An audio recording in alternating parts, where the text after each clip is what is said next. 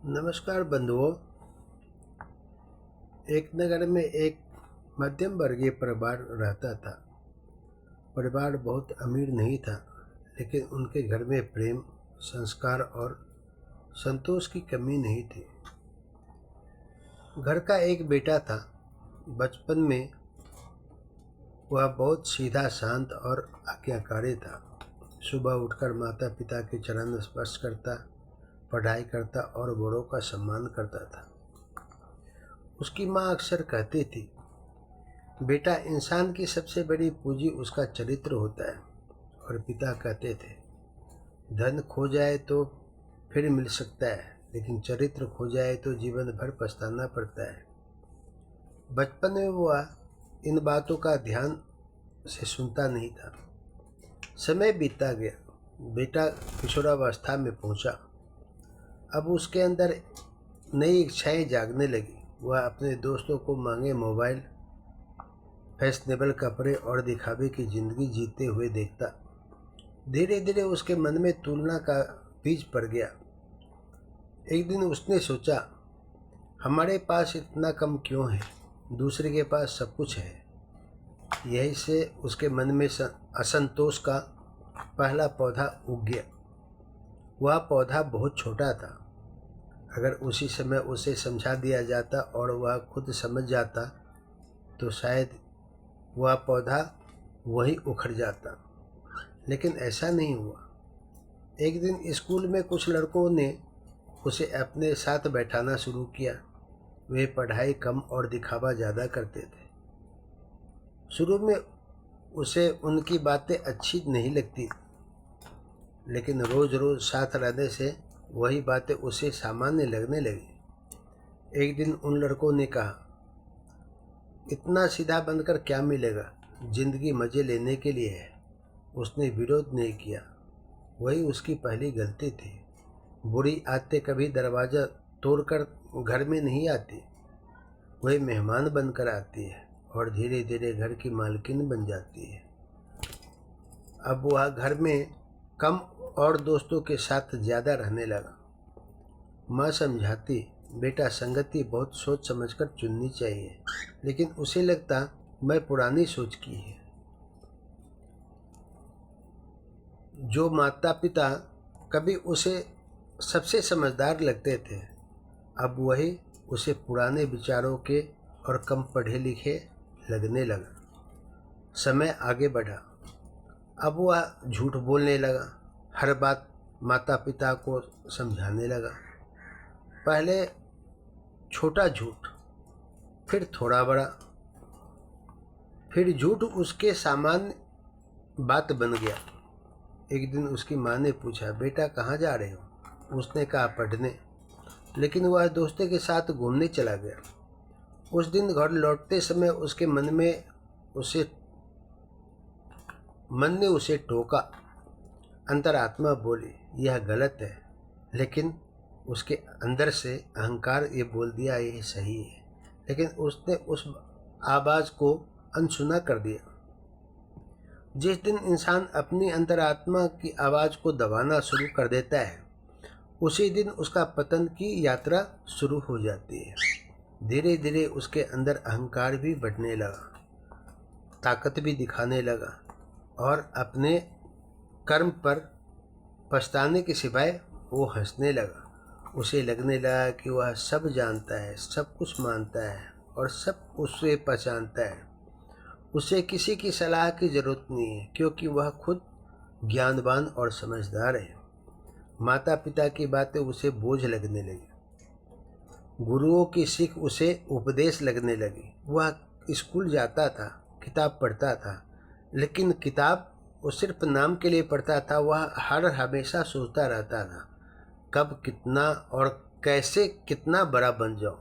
और दोस्तों की गलत बातें उसे आधुनिकता लगने लगी। एक दिन मोहल्ले में एक वृद्ध व्यक्ति मिले। उन्होंने कहा, बेटा, जीवन में गलत रास्ते पर कदम रखना आसान है, लेकिन लौटना बहुत ही कठिन है। उसने मुस्कुराकर बात को टाल दी और यह बताया, ये बूढ़ा हमारा लगता कौन है, क्योंकि जब तक चोट नहीं लगती तब तक सलाह का मूल्य समझ नहीं आता है। धीरे धीरे उसके अंग गिरने लगे, कहीं घाव, कहीं चोटें, कहीं कुछ हड्डियां टूटी, लेकिन उसे कोई फर्क ही नहीं पड़ने लगा। पढ़ाई कमज़ोर होने लगी, लेकिन उसे चिंता नहीं थी। वह सोचता था, अभी तो पूरी ज़िंदगी पड़ी है, मैं तंदुरुस्त हूँ, बलवान हूँ, शक्तिशाली हूँ और धनवान हूँ। यह दुनिया का सबसे खतरनाक भ्रम है जो इंसान में उत्पन्न हो जाता है। लोग समझते हैं कि समय बहुत है, लेकिन समय कभी बहुत नहीं होता। समय तो हर दिन थोड़ा थोड़ा कम होता ही रहता है और ज़िंदगी थोड़ा थोड़ा घटते ही रहता है। कुछ वर्षों बाद वह पूरी तरह बदल चुका था, लेकिन बदल चुका था कहाँ पर? वह अपने गलत रास्ते में और गलत के संगत में। जो बच्चा कभी माता पिता की आंखों का तारा था, अब उनकी चिंता का कारण बन गया था।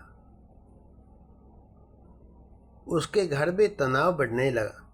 माँ रात रात भर जाग कर रोती, पिता बाहर से दरवाजे देखते रहते, लेकिन भीतर से वह टूटते रहते। एक दिन पिता ने उससे कहा, बेटा अभी भी समय है, अपने जीवन को संभाल लो। लेकिन उसने गुस्से में उत्तर दिया, आप लोग मेरी ज़िंदगी में दखल मत दीजिए, क्योंकि मैं बहुत समझदार, बलवान, ताकतवर और ज्ञानवान हो चुका हूँ। यह सुनकर पिता चुप हो गए, क्योंकि कुछ लोग शब्दों से नहीं अनुभवों से सीखते हैं, और अनुभव अक्सर बहुत महंगी कीमत लेकर आते हैं। उस रात उसकी माँ बहुत देर तक भगवान के सामने बैठी और रोते हुए केवल एक ही प्रार्थना कर रही थी, हे प्रभु, मेरे बच्चों को सही रास्ता दिखा देना। लेकिन जीवन का नियम है, भगवान रास्ता दिखाते हैं, चलना इंसान को पड़ता है। और उस समय वह लड़का गलत रास्ते पर इतना आगे बढ़ गया था, वह पीछे आने का उसका इच्छा ही नहीं बन रहा था और तेजी से आगे बढ़ रहा था। उसे नहीं पता था कि जिन आदतों को वह अपना मित्र समझ रहा है, जिन अवगुणों को लेकर के वह दिन रात डूब रहा है, और जिस अहंकार में वह अपने आप को पाल रहा है, वही एक दिन उसकी सबसे बड़ी दुश्मन बनने वाली है। उसे नहीं पता था कि जिस छोटे से पौधे को उसने समय रहते नहीं उखाड़ा, वह अब एक विशाल वृक्ष बनने लगा है और बन गया है।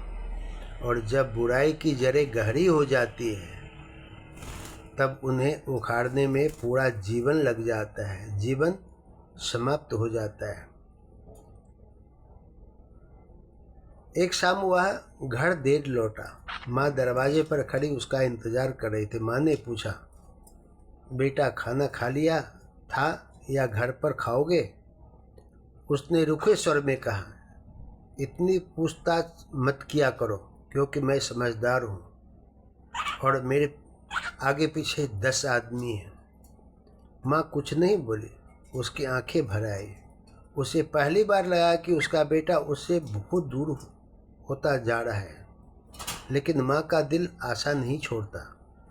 वह आज भी उसी बच्चे को देख रही थी जो कभी उसकी गोद में सिर रखकर सोया करता था। दिन बीतते गए। अब उसने घर की बातों में रुचि लेना लगभग छोड़ दिया था और उसको ये लगता था कि पढ़ाए धन, पड़ी माल कितना हमको मिल जाए कि वो अभी का अभी वो अमीर बन जाए। परिवार एक साथ बैठता, लेकिन उसका मन कहीं और होता। भोजन सामने होता, लेकिन ध्यान मोबाइल और दोस्तों में रहता। धीरे धीरे परिवार के विश्वास में दरार आने लगी। विश्वास कांच की तरह होता है, एक बार टूट जाए तो जुड़ तो सकता है, लेकिन दरारें दिखाई देती ही रहती है। एक दिन पिता ने उसे समझाते हुए कहा, बेटा जीवन में सबसे बड़ी ताकत चरित्र होता है। उसने हंसकर कहा, चरित्र आप लोगों का होगा, मेरा चरित्र धनवान है, बलवान है और मैं महान है और मेरे अंदर ज्ञान है। आज के ज़माने में चरित्र से कुछ नहीं होता। पिता चुप हो गए। उन्हें महसूस हुआ कि उनका बेटा केवल उनकी बात नहीं ठुकरा रहा, बल्कि उन मूल्यों को भी ठुकरा रहा है जिन पर उसका पालन पोषण हुआ था। लेकिन जीवन का एक नियम है, जब इंसान अच्छाई की बातों को सुनना बंद कर देता है तब बुराई की बातें उसे मधुर लगने लगती है। उसे गलत से संबंध हो जाता है, गलत रिश्तों को अपनाने लगता है और गलत की संगति उसको बहुत सुंदर लगने लगता है। अब वह घर से अधिक बाहर रहने लगा।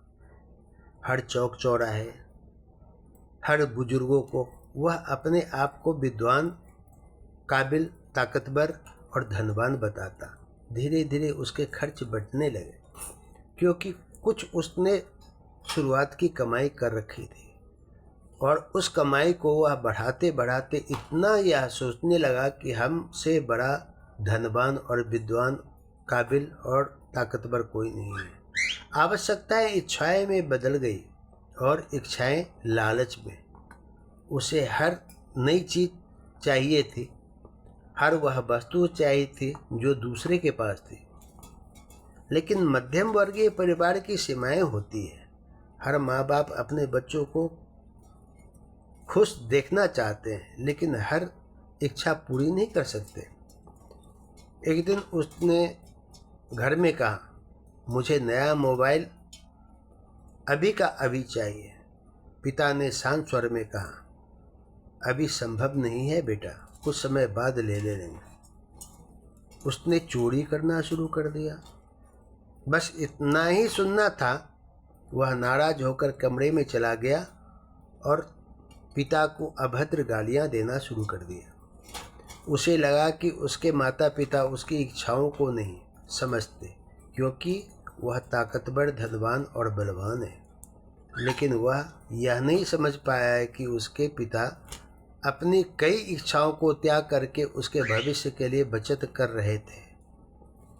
यह युवा अवस्था की सबसे बड़ी भूल होती है। हम त्याग को मजबूरी समझ लेते हैं और प्रेम की नियंत्रण। कुछ समय बाद उसकी पढ़ाई हट गई और उसकी बुराई छपने लगी। परीक्षाएं का परिणाम सबसे खराब हो गया और स्कूल में झगड़ा उत्पन्न होना शुरू हो गया। शिक्षकों ने भी उसको कई बार चेतावनी दे रखी थी, लेकिन उसके ऊपर कोई प्रभाव नहीं पड़ा। कई स्कूलों से उसको तबादला कर दिया गया, एक स्कूल से दूसरे स्कूल, दूसरे स्कूल से तीसरे स्कूल, लेकिन फिर भी इसका घमंड और अकर ठिकाने नहीं आया। उसका मन अनुशासन से दूर भागने लगा था। उसे लगता था कि जीवन बहुत लंबा है, सुधरने के लिए अभी बहुत समय पड़ा है।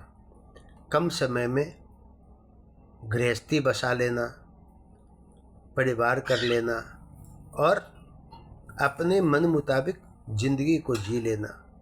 लेकिन समय कभी किसी का इंतजार नहीं करता। एक दिन मोहल्ले के एक बुजुर्ग ने उसे देखा। उन्होंने मुस्कुराकर पूछा, बेटा कहाँ जा रहे हो?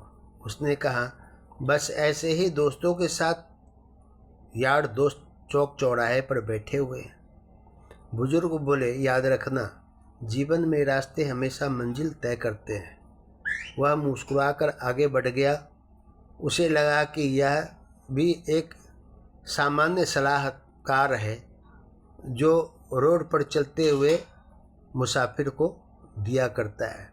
बेवकूफ़ और ना समझ है, लेकिन अनुभव की बातों का मूल्य अक्सर बहुत देर से समझ आता है। अब घर में पहले जैसी हंसी नहीं रही। वह घर से वीराना हो चुका था और हर जगह पर उसकी अपना दबदबा बना हुआ रहता था। लेकिन उसी समय वह अपने दोस्तों के साथ हंसी मजाक में व्यस्त था। उसे नहीं पता था कि घर में कोई उसके लिए रो रहा है। मनुष्य जब अपने सुख में डूब जाता है तब अक्सर दूसरों के दर्द को देख ही नहीं पाता। लेकिन जीवन एक शिक्षक है और उसका सबसे कठिन पाठ अभी बाकी था, क्योंकि जिन छोटे छोटे गलत निर्णयों को वह मामूली समझ रहा था, वे धीरे धीरे एक ऐसे जाल के रूप में ले रहे थे जिसे निकालना आसान नहीं था।